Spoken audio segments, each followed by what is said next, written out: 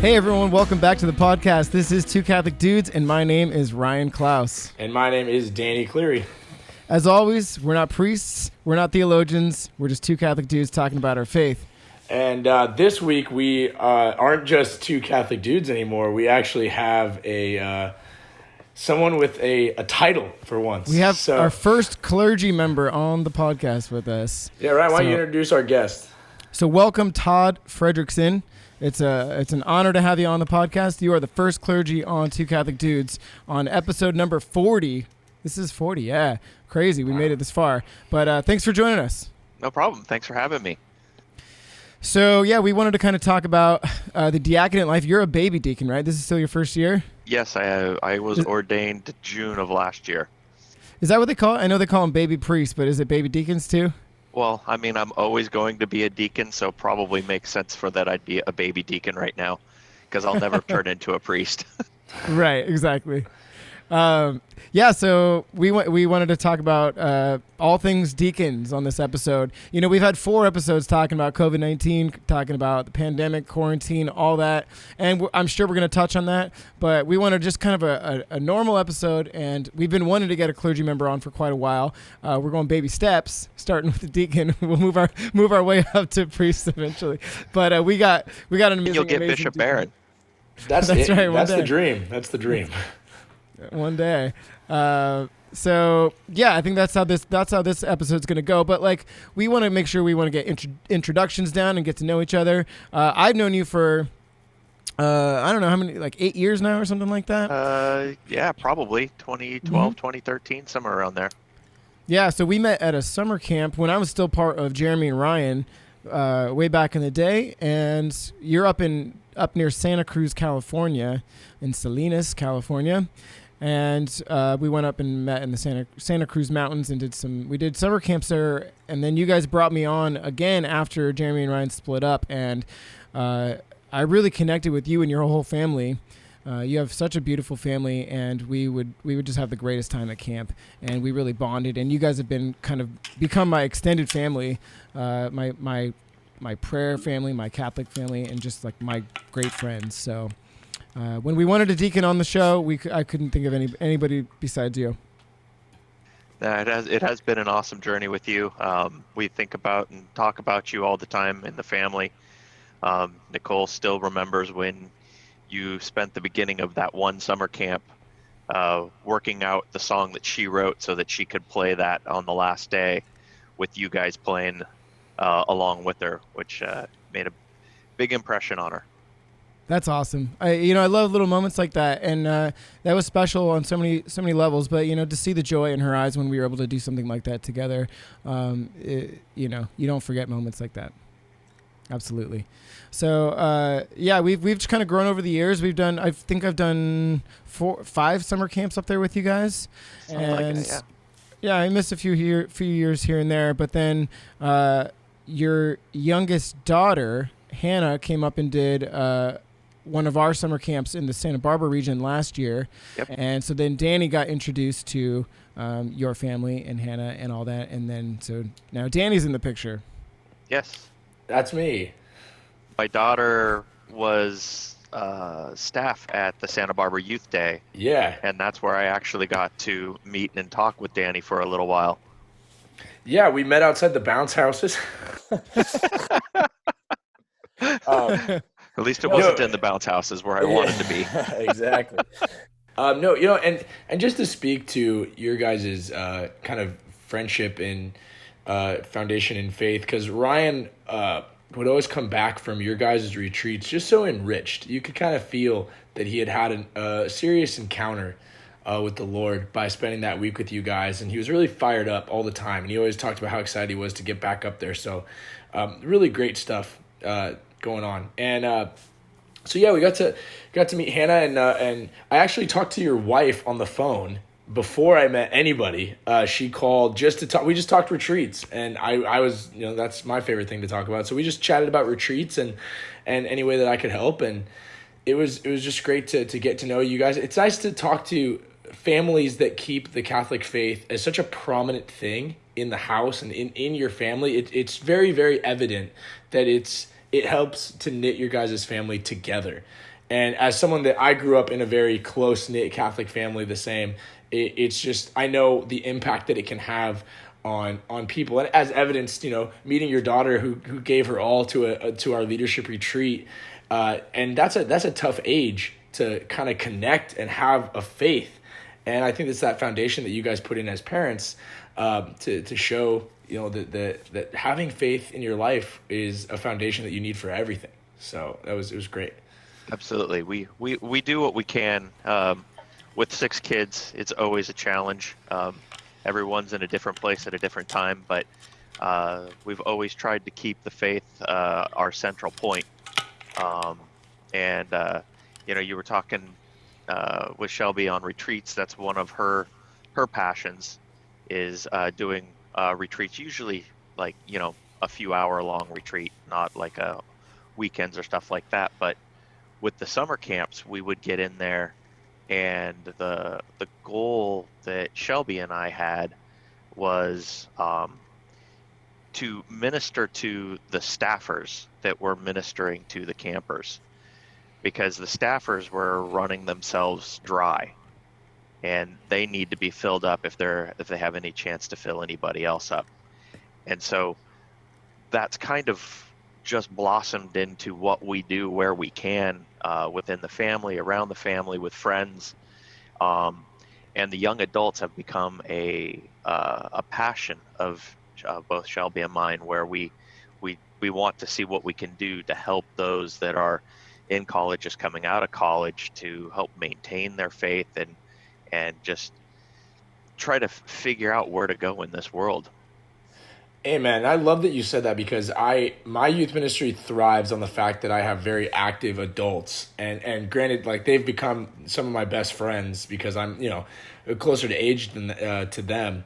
But I started in the job when I was very young, and those students in college were the rock, and I ministered to them so that they can minister to the high school leaders, so the high school leaders could minister to the teens that were involved. So that point that you brought up of ministering to your leaders so that they can pour into the young people is so key in ministry, that a lot of people, I think, they miss. And we look back and it's like Jesus ministered to his disciples so that his disciples can minister to the people. So we follow that chain in our ministry. So it's amazing that I couldn't agree more.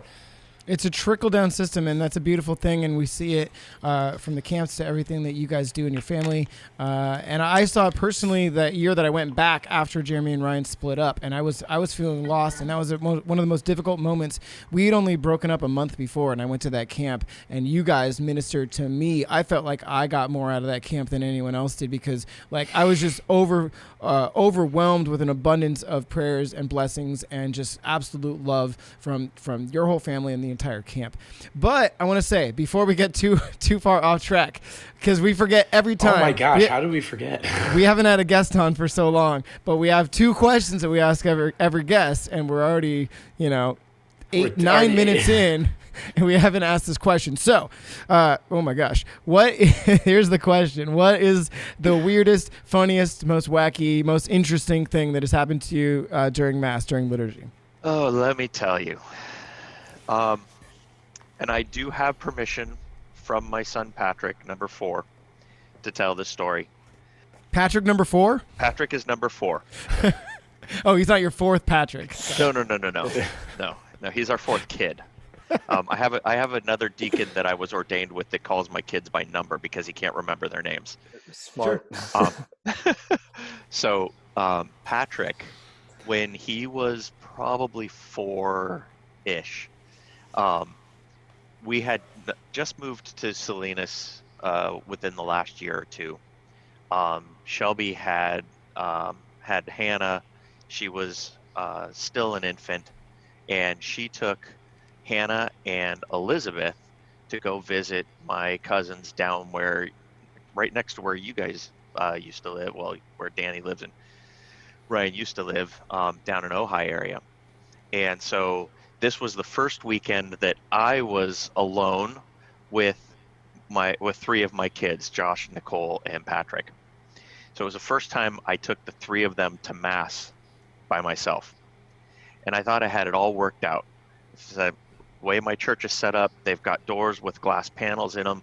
The vestibule, like I can sit right there in that back corner, right next to those doors. I'll be able to get through the beginning parts of Mass. When consecration happens after communion, I can take Patrick out into the vestibule because that's about his limit. And Nicole and Josh can sit right there. I can still see them. Patrick can go and, run around in circles around the font, the baptismal font in the vestibule, and not disturb anybody. I'm like, okay, I got this down. So all goes to plan. Everything is perfect. I'm out there now. Communion's just finished. I'm out in the vestibule. Patrick's running circles. I can watch Nicole and Josh. And then Sister Angela comes out of the back room and she sees Patrick. And she's known us for about a year or so. And she comes up to Patrick and starts talking to Patrick. And Patrick's, talking back to her. He's one of my most energetic kids. And he's wearing a red shirt, and it happened to be a Martyr's Day. And Sister Angela goes, "Hey, you're wearing red just like the priests." At this point, it's dismissal. The priests are coming. The priest is coming down with the Eucharistic ministration that towards the vestibule, and Patrick's standing at the water fountain. And he goes, "Yeah," and he goes, "Whoo," and he pulls down his pants and he goes, "My underwear are red too." To a nun. As the priest is walking out the door into the vestibule, and it's the first weekend they've ever seen me without my wife. They probably think I'm the most incompetent father ever. Now you're a deacon. Now I'm a deacon. That is an amazing story. Wow. My underwear red too. Love it. Good stuff. It never stops making me laugh, even to this day. Wow. Now he's 18. Wow. That is amazing. So then I guess on the point of now you're a deacon, we'll jump ahead a little bit. When did you feel the calling towards the vocation of being a deacon? So there was a priest who was at my parish that is now down in the south end of the diocese. And we were in a Bible study with a bishop from the Philippines who comes out every year, spends about a month to 6 weeks covering some of the priests at our parish's vacations. And he does a Bible study whenever he comes out. An amazing priest, incredible knowledge of the Bible. And we were doing a reading, and Father Edwin, the priest that was he was our pastoral vicar at the time, he looked at me while I was reading the passage we were supposed to read, and then we were supposed to discuss in a small group, and he looked at me and he goes, "Wow, so intent. Maybe you'll be a deacon someday." I just laughed it off. I'm like, yeah, right, me a deacon? Not even on my radar, not something I ever wanted to do. So that's where the seed got planted. It was probably about 3 or 4 years later that the deacon at my parish, Deacon Carl, approached me and said, "Hey, in February, we're going to have a meeting talking about the diaconate and we're going to start a new formation group in the fall, and we're trying to find candidates. Are you at all interested?" That reminded me of that conversation from Father Edwin, and still at this point I'm like, yeah, no. But something kept telling me that I needed to go listen to this talk. So I at least did that. That was in February. February, what year? What year is it now? It's 2020. So that would have been 2014. The process is 6 years? 5 years. 5 years. Yeah, you're in the formation for 5 years. Right. The process took a little over 6 years from when I applied to it, got accepted, and all of that. It's serious business. That's yeah. a long time. Honestly, the first year, I went into it thinking I was only going to do the first year, kind of as an inquirer, figure that it wasn't for me. Yeah, like, I'm just auditing. Thank you very much. I'll just check it out and then I'll be on my way. I'll be done. And what's your like class schedule when you're doing like the diaconate program? Is it like an everyday thing? Is it? So, it's different in each diocese. In our diocese and actually a lot of the California dioceses, they part of the program is the same. So, in my diocese, we meet when we're just doing formation and we're not doing the education, which was like the first 4 or 5 months. We meet every other Saturday for 6 to 7 hours. And then when we got into the academics, which is run for my diocese and a lot of the dioceses in California is run through Santa Clara University. It's actually master level classes for theology. Yeah, when I saw you one year at camp, you were like going back and forth because you were at classes, and you're like, yeah, I'm like deep in it in Canon Law right now. You want to talk about Canon Law? I'm like, nope, no thank you. I'm good. I'm good. Yeah, so it was that then took over one of our Saturdays. So we only met in the formation one Saturday, and then we met in the Santa Clara University on that other Saturday for 6 hours. But then we also met online via Zoom every Tuesday for 2 to 4 hours. Holy moly. So you guys were OG Zoom before COVID. Yeah, I've been using Zoom forever. And now how many other diaconate students were in your, is it your cohort? Is that what they call it? Yeah, the cohort. Yeah, my cohort, which was named St. Francis. We started with 10. We finished with 5. Did you guys give out superlatives? Give out superlatives. What do you mean by that? Isn't that's like most improved, most likely to most likely to not make it but did. Yeah, we can't believe you're here award. most likely to douse people or dump a whole jug of holy water, like just random. You guys need to do funny superlatives. Let's start doing that for diaconate cohorts. Yeah, maybe we just started a new one in our diocese this year, so maybe if I get in there, maybe I'll make that suggestion. There you go. So another question I have for you, just on that same topic, is say that like somebody was to start the program and then something came up in their life or whatever, can they like put it on pause, or is it like you got to do your 5 years straight or your 6 years straight? No, you don't have to do it 6 years, the 5-6 years straight. And in fact, there was a gentleman who was, so I'm in the 4th cohort of permanent deacons that were ordained in the Diocese of Monterey. Okay. There was a gentleman that was in the 1st cohort that had some family things come up like 2 weeks before ordination. Oh my gosh. Right at the finish line.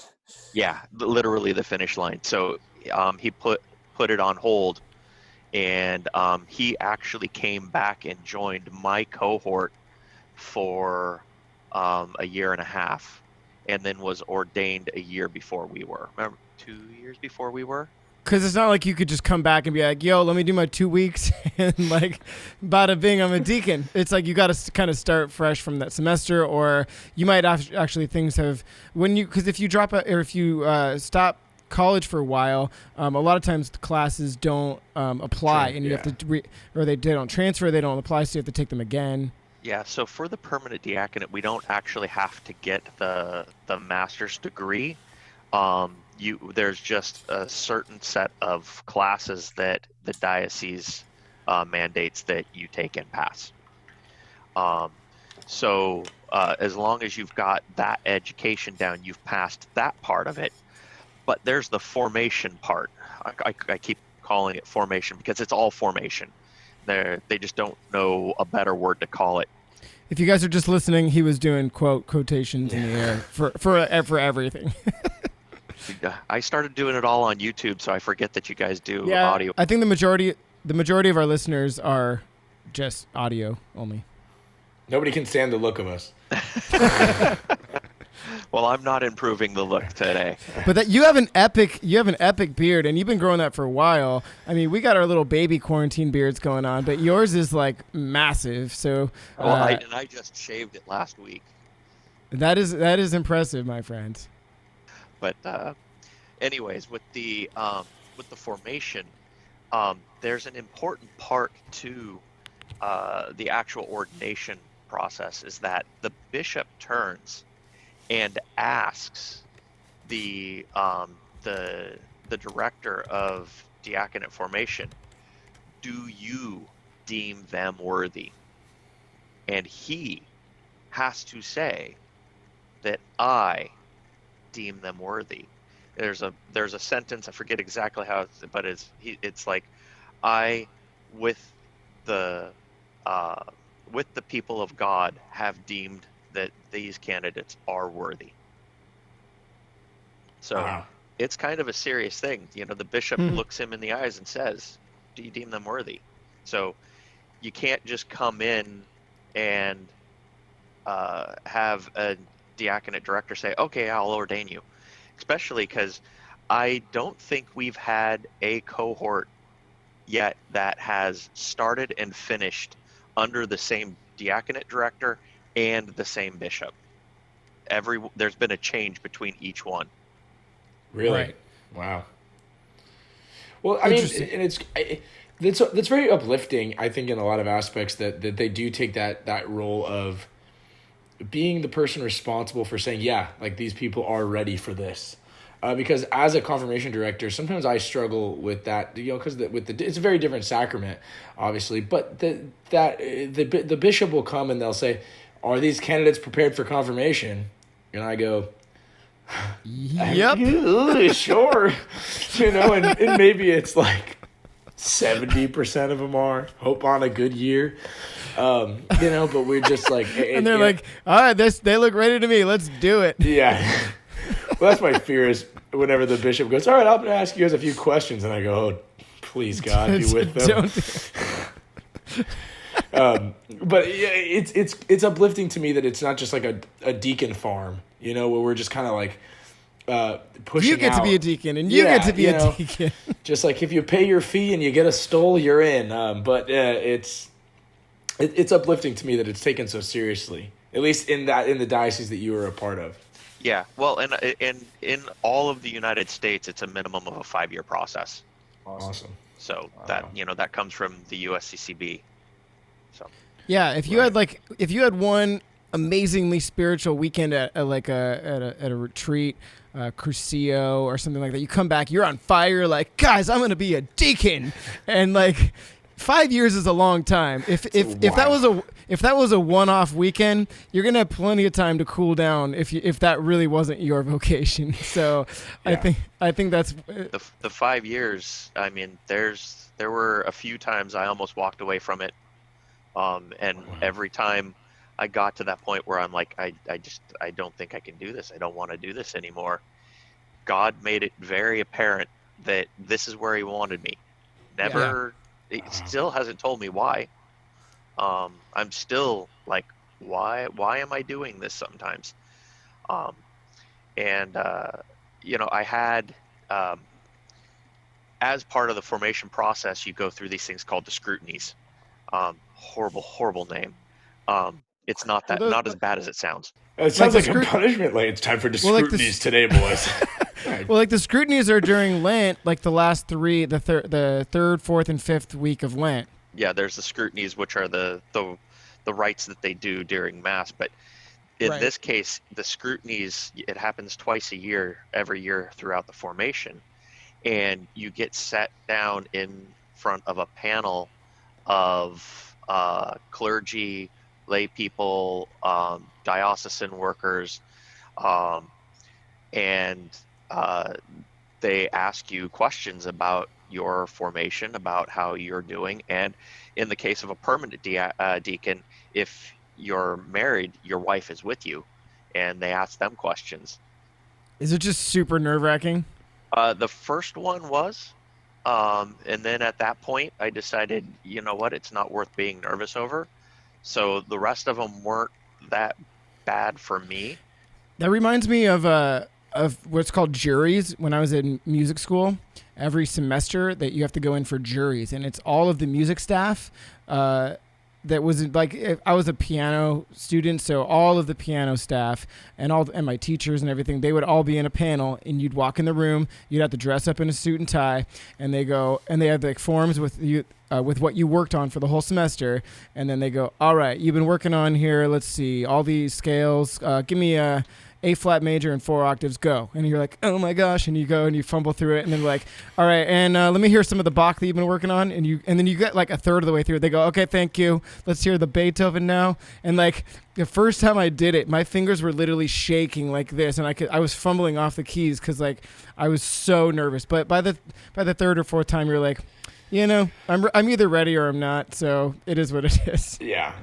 During one of the scrutinies, actually it was in the second year, one of the she was actually a nun. She asked me, what do you see your diaconate, what does your diaconate look like to you? And I had to tell her at that point, I said, you know what, I don't really know. I haven't thought that far into the future. I've only thought about what am I dealing with today, taking it one day at a time. And so I contemplated that over the next, well, actually it was a year, because the next scrutinies, I happened to be on a business trip, and I was on a plane when they were doing the scrutiny, so I missed that one. And I went back to her and I said, you know, sister, last year you asked me what I thought my diaconate would be like. And I said, I've had a year to think about that and to pray on it. And as I have, what God has told me is that you're not to know what your diaconate is going to be. I'm going to show you what it is today, but every day it's going to change. There isn't an end to your diaconate. It will continue to grow. It will continue to move forward. You don't need to know the end. You just need to know what is now. And Wow. Look at the beauty to that answer, because if you had like this definitive answer, this is what God's calling me to my diaconate life. Well, everything is changed, or everything changed and will change now. So like that answer really speaks to what we're going through right now, and what we will be going through come the other side of this pandemic. Right? Yeah, that's amazing. You know what I was kind of hoping though is I thought you were gonna say that you did your interview like on the airplane, like you were doing the whole panel, and so someone else is looking over like, can you quiet down? I'm trying to sleep right here. Anyways, we got to take a quick break, but I want to ask you, as soon as we get back, your favorite and your least favorite parts of the diaconate program before we get into your actual once you became a deacon. So let's take a break and we'll talk about that. Okay, we're back, and we want to ask Todd. We are here with Todd Frederickson, our deacon on the show. We want to ask you your favorite parts and your least favorite parts of the diaconate program. So let's start with your favorite part. Your favorite part, yeah, let's just stick with that. So my favorite part would have to be, honestly, the community that was formed amongst the candidates in the cohort. On paper, some of us should have been mortal enemies. We are so different personality-wise, political-wise, that we are so different. But we grew together, both the wives and the candidates. We grew together, and we still, the 5 of us that were ordained, we still talk regularly.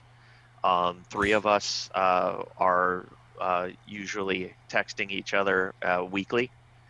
And at our ordination, the 5 of us that were ordained, the other 5 that dropped out all came to our ordination. Awesome. So we grew together so much that was probably the most incredible part of all of it. And it's a whole different community. So you know, we have the multiple communities we live in, our families, our church life, our work life. This was a whole new family that I had never even thought could exist. it's amazing Yeah. what can happen when you have a common foundation rooted in Christ. The people that you would never expect to be brought together. It's a beautiful thing to see. Well, and that word community, we like to use that word community a lot on this show because of the importance of it in our Catholic faith. It is so incredibly intertwined in our faith, is that level of community that we all need, and you spoke to it really, really beautifully, that there's so many different forms of community. Even in our jobs that we do, Ryan has a different community with each choir that he ministers to. Each different choir is a different community. I have the community of my college ministry, the community of my high school ministry, the community of my staff, the community of my parish at large. There's so many different communities, and that you were able to kind of find that brotherhood in that community of candidates through that process is really, really cool. Yeah, no, it was a wonderful thing. I still, the feelings I have for the guys and their wives was amazing. Awesome. Okay, so community, favorite part, least favorite part. Let's hear it. Old Testament. like Old Testament wrath. That's my least favorite part of Bible study. So I know that sounds bad when you say it just like that, but here's the reality to it was that it actually wasn't called Old Testament. It was called Hebrew Bible, which is the appropriate name. But the Tetragrammaton. Am I right in that? Well, that's a part of it, I think, isn't it? Because the Pentateuch's the first 5 books. Then I don't know. There's a lot. Okay. But the biggest problem that I had with it was that all of the classes at Santa Clara University are 10 weeks long. So New Testament was 10 weeks long, and Old Testament was 10 weeks long. Have you looked at the size of the Old Testament compared to the New Testament? It's vastly different. Yeah, that's brutal. Vastly more. It's like the New Testament is like 25% of what the Old Testament is in size. Right. That class was 40 to 50 hours a week of reading and writing. I had to write 60 pages in 10 weeks. That's brutal. Yeah, and even because the New Testament, 4 of the books are pretty much the same story, just in a different way. With the Old Testament, everything is different. Yeah, so that was probably the hardest 10 weeks of my life, was getting through that. I think we read just about the entire Old Testament in 10 weeks and wrote on every book. Yeesh, better you than me. Yeah, I've read the whole Bible through one time, and it took me like a year. So, well, and in that class, we also looked at some of the books that aren't in the Roman canon. We looked at the ones that are in the Ethiopian canon and stuff like that, include things like Maccabees 3 and 4. So there were. So like not the books, not the Gospels, like because there's the apocryphal Gospels, but we're talking the books that were just not included in the Roman. So there's the Apocrypha, which is the parts that aren't in they weren't originally written in Hebrew, so they're not part of the Hebrew Bible, but like Maccabees 1 and 2, it's an important part of Judaism, but it's not part of their Hebrew Bible. There are additional books that the Roman Catholic Church doesn't have in the Bible, but if you go to the Ethiopian Catholic Church, they have some other ones. Thrilling, guys! If comment in if you want full 2-part episode on Maccabees 1 and 2. We'll make you relive that 10 weeks online. Okay, so I had a follow-up question, but I think you already answered one of said follow-up questions, which would be your favorite and least favorite classes. So you comboed the least favorite with your class. So I'm assuming, right? So then give me your favorite class that you took. So I'm torn between 2 of them. the theology of marriage. Marriage is a huge thing for me.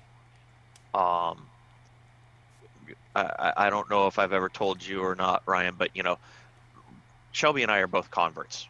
We converted 21 years and 27 days ago, but who's counting? Um, the When we entered into marriage, we entered into it with all the wrong thoughts. We thought it was temporary, just until until it didn't feel good anymore, and then you move on. And I can say it's the Catholic Church and coming to the Catholic Church together and them teaching us what marriage is about that saved our marriage. And so that is the most important thing in my life next to God is my marriage. So that class was amazing. The other class that I really liked that I thought I was going to absolutely despise was church history, because I hated history in school because they wanted you to remember the dates, the times, and the names. And that was never the important part about history. It was more about what happened rather than who did it on what day. Right. So church history fascinated me. And we had this book, and it was a 600-page book, and the teacher apologized. He goes, "I'm sorry that it's such a big book." And I went, "Are you crazy? It's 600 pages. That's less than 1 page per year." And he's like, Yeah. "I never thought of it that way." I mean, Yeah. the history of the Catholic Church is just amazing. That's So awesome. I got a lot more history that I want to go study. Awesome. I have a question on preparing a. So once we're gonna, the next phase of what we're gonna talk to you about is now that once you became a deacon, once you got ordained, and how life went. And the biggest thing I always wonder about is how nerve-wracking or struggling, or do you struggle with it or not, preparing a homily for like Sunday masses, because I have to when Ryan and I prepare like talks and stuff, it's sometimes it is like a pain in the butt. It's a pain, depending but on like the theme. But it's easier because usually we can just be like, we're going to just wing it, because what we're talking about Right. is we just kind of relate our stories and we create metaphors to help bring people to their faith. But Right. a homily has a much different goal, and you need to be deeply rooted in the scriptures, in the gospel, in the readings of that day, and have a lot more knowledge and do your homework. Yeah. Right, because a homily and like a sermon are like two different things. Like someone just speaking from their heart is not this. A homily has to be based upon the readings that they just heard. So it's got to be a lot more of. You got to do your homework a lot more, I guess. Yeah. So I fret over homilies.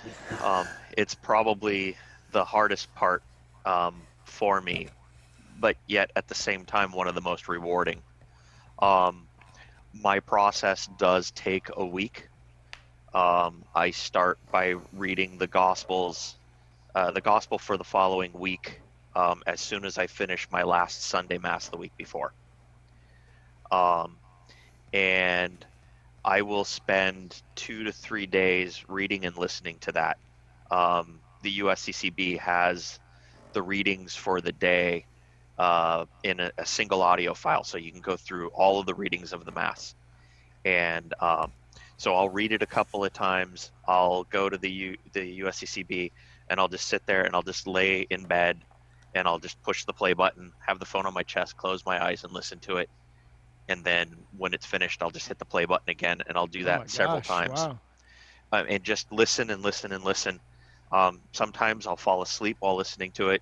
I'll wake up and I'll just hit play again. Just trying to listen for what does God want me to hear. Then usually Tuesday, Wednesday time frame, I'll try to identify what the pearl is. The one point that I want to polish very, very well, so that hopefully the congregation will hear that and take that home. That speaks very loudly to your values and how much importance you put on this position of being a deacon, rather than somebody else who might just go, oh, it's Saturday, I got the homily tomorrow, let me just copy Bishop Barron's and try not to plagiarize him too much. Take his highlights. Yeah, well, and I try to do make it personal. I'm a married deacon. I got 6 kids. I work, I work in computers. I have a lot of outside church, excuse me, a lot of outside church experience that I try to bring into my homily somehow. Some story, some example, some place that hits the mark with the pearl that I'm trying to polish. I think that's just it. For me, what a great homily is putting all of this together. It's those personal stories, whether they're from your life, or a lot of times you hear Father Mike Schmitz tell stories of other people that he's heard, that he's encountered or whatever, but you hear these personal stories that draw you in to the humanity of and the real presence of just that personal touch, and then you relate that to the Gospels in a real way, in a tangible way. And so now, instead of just being this alienating thing that we like, oh, there's just these books that we can't really relate to, it's like that you bring them close to us, to our reality here, with these stories, with this personality to it, but rooted in that history and that knowledge in the Scriptures. I think it's all about relatability, because you need that, especially like I work in youth ministry, and you have to be able to relate the stories of the gospel to a way that they can tangibly identify with what's going on. And I think that doesn't just go for teenagers, that goes for anyone. The parishioners that are sitting in the pews that work in all kinds of different jobs and have all kinds of different struggles and things, that they need to be they need something tangible that they can hold on to. Not everyone can relate to what was going on 2,000 years ago in the Middle East. So we need to find a way to bring that message that Jesus wanted to the life that people are living today. Oh, absolutely. Having an understanding of the context of what the story was and related to, and how the things worked in that time. Who was the author, who was the audience it was written for. All of that is important, and that's what makes the Bible timeless. And that even though we're hearing stories of something that happened 2,000 years ago, it applies to today. When my wife and I converted 21 years ago, she wanted to come back to church, and I told her anything but Catholic, because I had been raised that Catholic was corrupt. That's a whole nother story. I'll tell you some other podcast. But for my children, because we had 2 children at the time, I said, I've got to figure out what my wife is doing so that I can do as much of it as I'm comfortable with, so that my kids are going, why does mommy do this but daddy doesn't? And in going to the RCIA and attending Mass, the things that were happening in the classes and in the Masses every week were so directly related to exactly what was going on in my life that week. And sometimes drastically different things, that it was only about 6 weeks into the RCIA process that I'm like, oh, holy cow, God really wants me to come here. And that's what started my journey towards becoming a Catholic. Boom. Wow, and now that's incredible. What a great story. And so, like, he led you there, you became a Catholic and entered into the diaconate program. Boom, you're a deacon. You're still a baby deacon. You had your first year almost complete, but now things have radically changed. Sorry, we're fast forwarding again because we're almost. I mean, time gets away from us here on Two Catholic Dudes, as you guys know if you listen in regularly. But so I'd like to just pivot one last time and talk about how things have radically changed again in your life through this COVID-19 coronavirus outbreak, and like what. The short period of being a deacon, how has it changed for you during this time, and what are you doing differently, if anything? Like, what can you do, and then what we think it might be afterwards. So yeah, things changed pretty quickly. I also had a personal family issue come up the same week that shelter in place came into play. So I ended up 70 miles away from my parish for over a month, but it was a quick transition into how do we continue to do what we need to do to now there's no mass, there's no communion, there's no anybody getting into the church. You can't do like drive-by baptisms or anything like that. We're still trying to figure out how to do the sacraments. When are we going to be able to do the baptisms, confirmations, and all of that? Weddings and funerals. How do you do that right now with, California saying you can only have 10 people?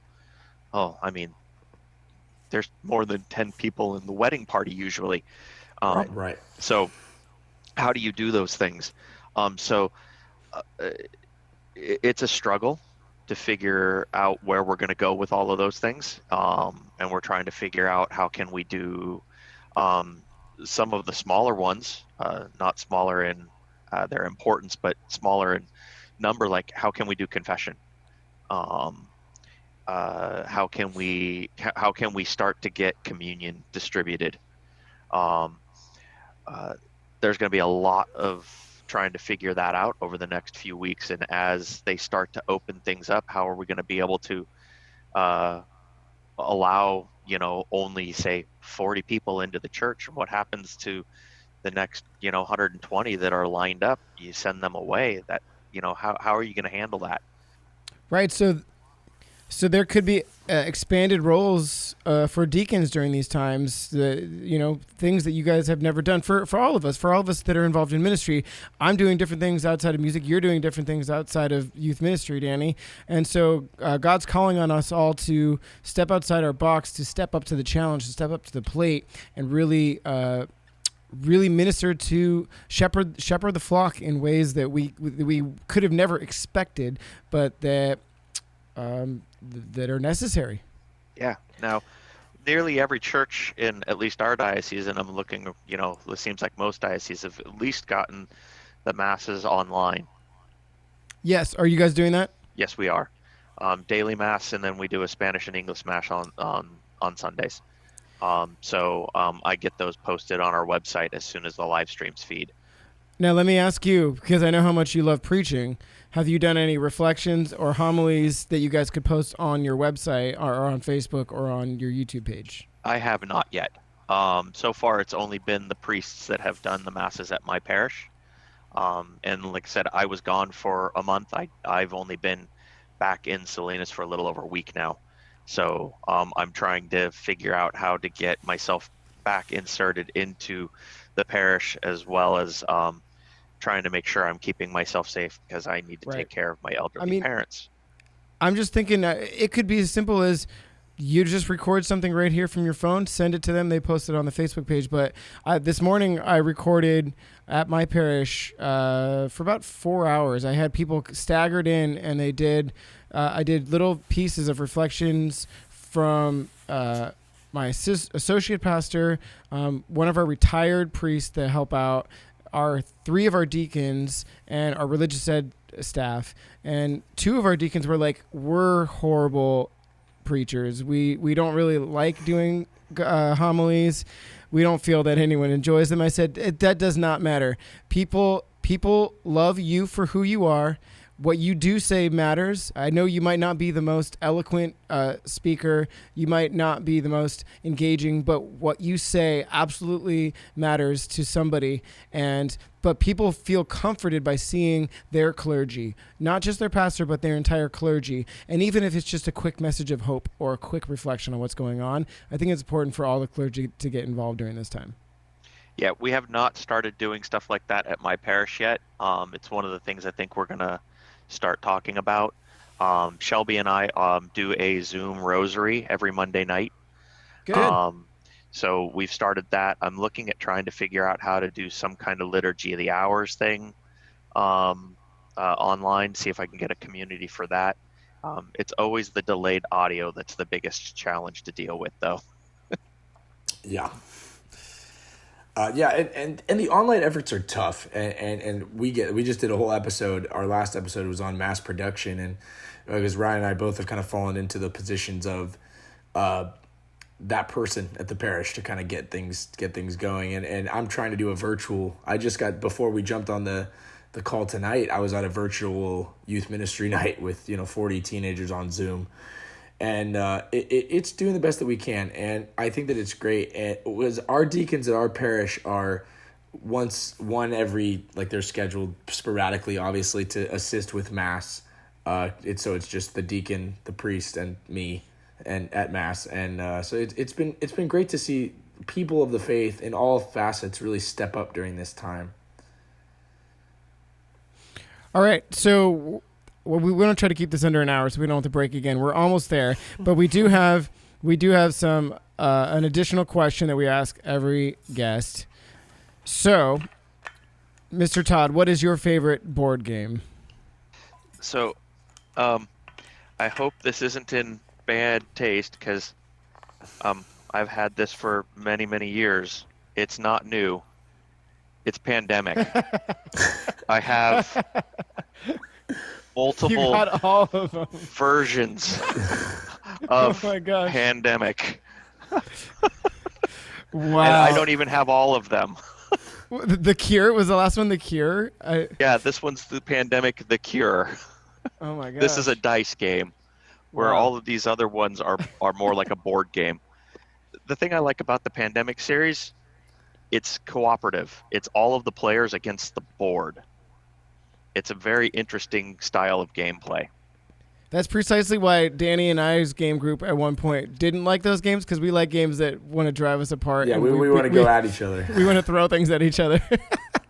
But no, that's not poor taste. That's just funny. I mean, I scrolling on Netflix, you're like, why is everyone watching Outbreak with Dustin Hoffman and what was that movie with that other Pandemic movie? I'm like, you guys, come on. Yeah, that's the number one trend right now. Is everyone, like, the most watched show on Netflix is called Pandemic. So it's, Yeah, no, I've avoided all of those. But Yeah, I do like the board games. Yeah, just play the games. You play cooperative games. I did find out. I did like a digital board game night. I think I told you guys on the podcast a couple weeks ago with a couple friends of mine. But I did it where I had 3 cameras like overhead to see the board game, because it's like this extravagant board, and it was the only way they could see. I had light shining on the board. It was nonsense. And then I found out there's a website called Board Game Arena where you could they have like digital versions of the boards and you can play. So the last couple of weeks we just did that instead, where we just went on a Zoom chat and we each played the game online.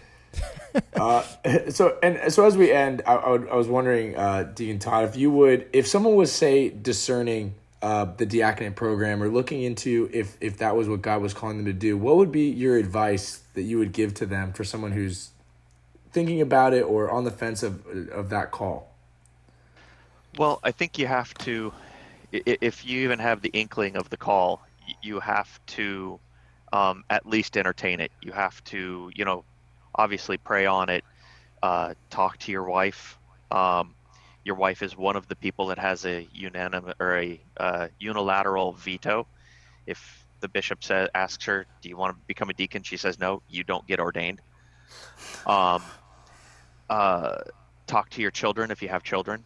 But you have to entertain it and at least go through the interview process, go through the beginning of the formation, just because you start the formation doesn't mean you have to finish it. I have personally seen in the 2 cohorts that were running while I was in there, I've seen 9 people drop out. So you don't have to finish it. It's not like you signed up and you're like, oh geez, what did I get myself into? You will not know you're going to be a deacon until the bishop lays his hands on your head.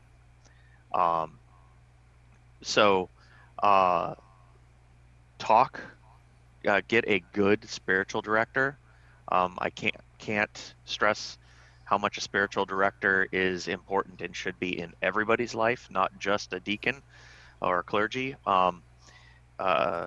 Work with them, talk to them, go to confession regularly, because it's much easier to have a conversation with God if you've got that weight off your back. And, mostly talk to your spouse. Wonderful. We have 1 minute left. So all right, we're on the wire, so let's wrap it up. That's a great answer. Todd, this is wonderful. I'm so happy you were able to come on. Our first clergy member on the show. It's an honor to have you here. We're so proud of you and happy for your diaconate, for your whole family, for you guys being a part of our extended family at this point. We wish you all the best and continued health and safety during these trying times. As always, I guess we do have a minute now, but I was because now we can plug our social media as always. So if you guys want to check us out on social media at Instagram at 2 Catholic Dudes _2 Catholic Dudes. Find us on Facebook and Patreon.com. Todd, the Fredericksons are one of our amazing supporters on Patreon. So if you guys want to support us financially, thank you, Todd, and your family for doing that so generously. You guys can find us on there and connect with us. We got mugs coming as soon as we can't order them right now because this is all going down. I can't order them because they're made in China. Yeah, but they're coming soon. So once this is all wrapped up, you guys are going to get your mugs. So hit us up for that. Hit us up for future topics, guys. We're running out. We're like, when we started this thing, we're like, oh, we'll write down 12 topics. We'll make this happen. And like, we're on episode number 40. So we're trying to do it. We're trying to do a show every week. So every week, throw some topics at us. Let's make it happen. Guys, I hope you're all staying safe there. We're going to get through this together. We're praying for you. We're with you. But as always, God bless and peace. Peace.